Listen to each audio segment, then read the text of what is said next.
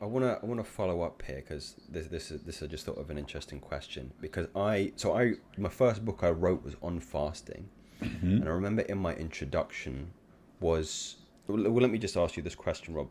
Do you think if I plucked an average person out the street right now and sat them down and we had a conversation, do you think that the average person has a negative idea or negative connotations associated with fasting, like self-starving, for example? Yes, I do think so. Yes, absolutely. Yeah. It's the main narrative. I studied nutrition, and even in the dietary world, it's slowly starting to find its way. There are more and more people in that community that are starting to get convinced, but it's a slow process. It's really slow. So most of the people that I saw in my school that went on to become dietitians, most of them probably advise against fasting. Most of Really? them, really. Yes, yes. I do think so. I That, think it's a cultural thing, isn't there? It's you have breakfast, you have lunch, you have dinner. I did a tweet once. This is coming to my mind now. I said, "You'll never see more fear in someone than telling your grandmother that you're on a 72-hour fast. yeah. You'll lose her shit because they're Yeah. always stuffing you with food." Well, it's science as well. I mean, the thing about nutrition science is, I mean, I'm not trying to say that it's all one big conspiracy, but the truth about nutrition science is that 99% of the science in nutrition is funded by the companies trying to sell you food.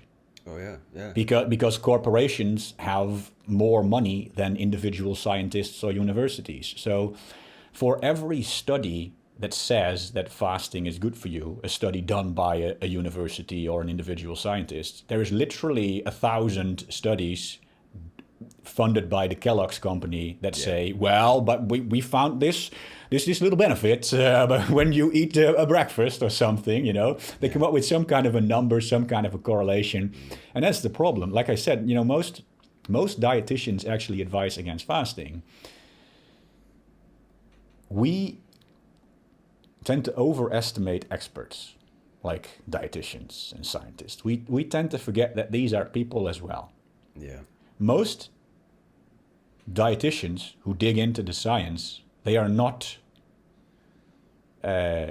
smart. I don't know if smart is the right word, but they do not possess the critical ability to a high enough extent to actually read the science and then say, hey, wait a second, these 1,000 studies are funded by the Kellogg's company, and this one study that says differently is actually done by an individual scientist. They just read the studies, and then they say, well, the majority of the studies says A, so must be A. And that's how science works. That's also why, like the food pyramid, all the guidelines that they have, the Yeah. national, they Fuck go that. by this. That They goddamn food pyramid. these things, they are scientifically proven because they look at the scientific consensus, right? What is a scientific consensus? It means what the majority of science says. That is what a scientific consensus is, right? What is the Yes. majority of science? The majority of science is funded by the companies trying to sell you food. Just, So you obviously gotta they're not follow going the to say money. anything. Yeah. That's what you got to do. Just It, at the end of the day, follow the money. That's also, and not even just fasting, but I feel like some of the most beneficial, like most healthy, beneficial things in the world are actually free, and that's why it's so difficult to sell to people because you can't actually sell it.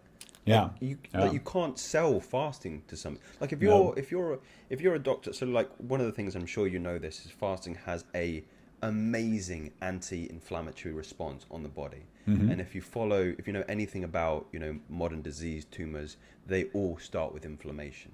Yeah. So if I was a doctor, or I was prescribing something to a patient, and I wasn't looking at the nutrition and saying, well, you're eating all these foods that are causing this inflammatory response, how about we fast or intermittent fast for a big window.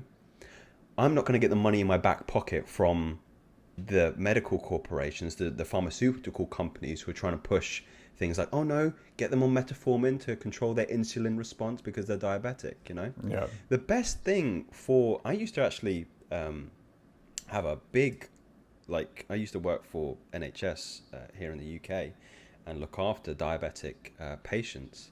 And the most effective thing, if you're type 2 diabetic, is fasting.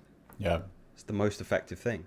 Makes a lot of But sense. you can't sell it. Yeah. Because nobody can buy it. Yeah, true.